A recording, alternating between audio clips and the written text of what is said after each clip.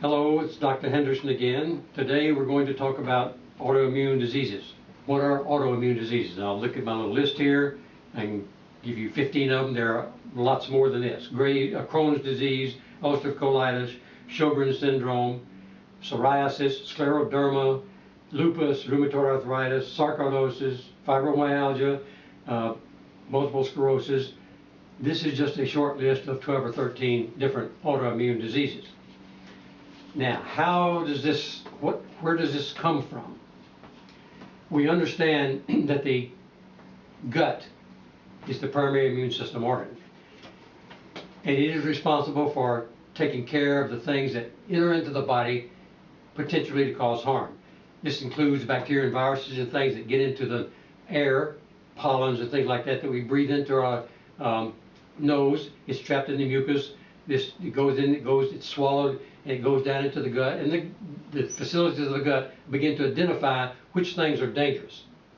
The food we eat, the water we drink, poisons, toxins, bacteria, all that go into our system, and the immune system, which is the primary immune system as the gut, is trying to correct these things. When the immune system gets so damaged that everything that comes down into the gut, the immune system is going, ah, and it can't handle it anymore. So what is damaging the immune system? The primary aggravator for the immune system is repeated antibiotics. Again, we get back to the point where the antibiotics are killing the good bacteria in our system that are help us to fight the bad guy bacteria. And many people will know that when they get a antibiotic, they will get a yeast infection. Some people can get a problem with their stomach upset or whatever. So the immune system is the gut. If the gut is not healthy, we're not going to be healthy. When people have these different things that we talked about, the psoriasis, the rheumatoid arthritis, scleroderma, all of these things, they are autoimmune diseases which are caused by a bad gut. The main thing that makes the gut bad is the antibiotics. They kill the good bacteria, but they don't kill the bad ones. So how do we get good bacteria back into the system? 500 species of good bacteria, soil-based organisms primarily, are obtained when we're being born in infants and playing in the dirt and doing these kind of things. This stimulates the immune system to help to protect us from problems. The thing that I've found in the last 15 years that are causing more of these problems is gluten. Whether you believe this or not, doesn't matter to me. I'm convinced it is. And when I have people go off of gluten and do some other things, their immune system problems improve.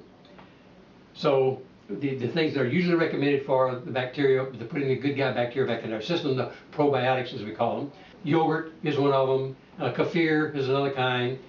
The main sources that give us close to the 500 different species that we come into this world with come from home or naturally fermented vegetables, primarily homemade sauerkraut or Korean kimchi or kombucha or some of the other things that are made from natural substances. Those have upwards of several hundred different species which are much more efficient for our gut to be healthy. In the laboratories, they can only reproduce about 12 or 14. The most I've seen is 14, is in one product made by Garden of Life that has maybe 14 different species in there. Most of them, yogurt, one of the yogurts just has one, Lactobacillus bulgaricus. Some of the Greek yogurts kinds have maybe 5 or 6 different species, and you know that if you read the ingredients, it says the double name, Latin names that are there. Lactobacillus bulgaricus, Bifidioides multiforme, and several other Lactobacillus lachrymyces, whatever. There's a whole bunch of those different names. And you count those names to find out how many good guy bacteria are in this particular yogurt or in this particular kefir or kombucha or whatever they're making it from. So, as I said, the best place to get the bacteria back into our system is either with homemade sauerkraut or with Korean kimchi. Korean kimchi is pretty spicy, and it will, it's kind of, but it's a very good supplement, and I like it, so I eat it to keep my gut more healthy. So how does the gut get into this bad shape? Well, we know that the bad gut bacteria love sugar. What have we had on our food pyramid the last 4 years that's contributing to that? We have been told for the last 40 years on the bottom of this food pyramid that says that we should be eating 6 to 11 servings of starchy foods. That includes all the breads and cereals and the pastas and the rice and the potatoes and those kind of things. You are also remembering that every time you put a piece of starch like bread into your mouth, it's already beginning to turn to sugar. So unfortunately, this diet that they told us was healthy for us is not. We survive better on a low carbohydrate diet.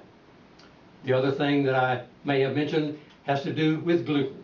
As you've been observing on television, there are a lot of genetically modified products, and one of them is wheat. I have seen articles that said that there is probably 90% more wheat in the flour now than there used to be.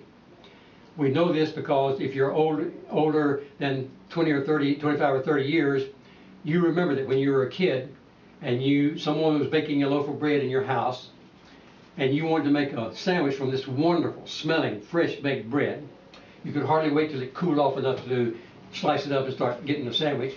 And when you do slice it, there's a big hole here, a little hole here, and sometimes the jelly would even fall through on your hand. Gluten holds the bread together. If you look at a piece of bread now, you see lots of little bubbles all over it, but it doesn't have the big holes where it would actually fall through. I assume that the bakeries got tired of sending out loaves of bread that had a big hole in the middle, and they asked the grain companies about this, about having a big bubble on top of it, which interfered with their loaf going into the plastic bag on the way through the assembly line or whatever else. But what's happening is that there is approximately 90% more gluten in the flour now than there used to be. I'm taking this from information that I have obtained and from my own knowledge of homemade bread and bread that's made now. I found out that gluten was a bad problem for me about 15 years ago. It was something I just had to figure it out. So the worst things for the gut is a high carbohydrate diet with lots of gluten containing products in there. If you don't know what's gluten containing, you can go to any grocery store and you'll see that there's a big, huge section of gluten-free products. Any breads, pastas, cereals, pancake, whatever, it's all now can be gluten-free. I think I've seen 6 different flavors of gluten-free Cheerios advertised on the television. It's still sugar, but it's gluten-free. So those need to be modified, and if you're having a problem with a autoimmune disease, whatever they want to call it, my first suggestion that has worked for the people who come to me because they've been to everyone else, and they see my name is listed as a member of the American Environmental Society, the American Environmental Association, and being an ear, nose, problem. Of course, they have problems with their throat, whatever. When they do, and they've already been checked out 3 or 4 different places, had all kinds of blood tests, they're still sick. When they come to me, what I tell them to do is a low carbohydrate, gluten-free diet and taking probiotics. This is what's going to give the best chance for the body immune system to heal itself. Then it can heal all these other problems that come around. We have people who are taking all these different drugs for all these autoimmune diseases. All those drugs are doing is treat a symptom, and as you see by the advertisement, toward the end of it, they say, if you take this drug, don't go around this place that has TB, don't be associated with anything that has to do with fungus, and you can get infections, and you can die. They are damaging the immune system more. What they're doing is they're quieting down the bad reaction that the people feel because of what's going on in their gut. So if you're going to fix your autoimmune system problem, you got to fix your gut first. Again, we do that by low carbohydrate diet, gluten-free, and take probiotics.